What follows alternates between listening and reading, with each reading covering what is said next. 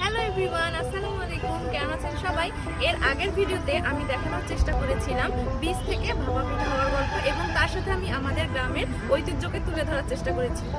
এবং আজকে দেখাবো শহরের মানুষেরা কিভাবে পিঠা খায় এবং কখন খায়। সো চলে চলে যাচ্ছি পার্কের মোড় থেকে সোজা লালবাগে, যেখানে আমার দেখা সব থেকে বড় পিঠার দোকান রয়েছে। শীত এলেই শহরের মানুষের জীবনযাত্রার কিছুটা পরিবর্তন আসে। মোটা শাল, সোয়েটার, গরম চা, কফি এবং সব থেকে বড় কথা, পিঠার প্রতি এক বড় আকর্ষণ। যদিও শহরে ঘরে ঘরে পিঠা বানানোর দৃশ্য খুব কমই দেখা যায়, তবুও শীত মানেই পিঠার খোঁজ শুরু হয়ে যায়। এই মামার দোকানে আমি প্রায় বিকাল টাইমে গিয়েছিলাম, তাই এত বেশি ভিড় ছিল না, বাট সন্ধ্যার পর এখানে এত ভিড় দেখা যায় যে এখানে সিরিয়াল পাওয়াটাই টাফ হয়ে যায়। শহরের পিঠা খাওয়ার ধরনটা বেশিরভাগ বাইরের উপর নির্ভরশীল। ফুটপাতের ছোট দোকান, পিঠার স্টল, মেলা বা বিশেষ আয়োজনে শহরের মানুষ পিঠার স্বাদ খুঁজে নেয়। শহরে মানুষ বিভিন্ন কারণে থাকে, যেমন পড়ালেখা সূত্রে, চাকরি সূত্রে, তাই অনেকের কাছেই এই পিঠা খাওয়ার সময় বাড়ির কথা মনে পড়ে যায় এবং এতেই তার ভালো লাগা কাজ করে। হয়তো তফাৎ হচ্ছে গ্রামের মানুষরা বেশিরভাগ সকালবেলা পিঠা বানায়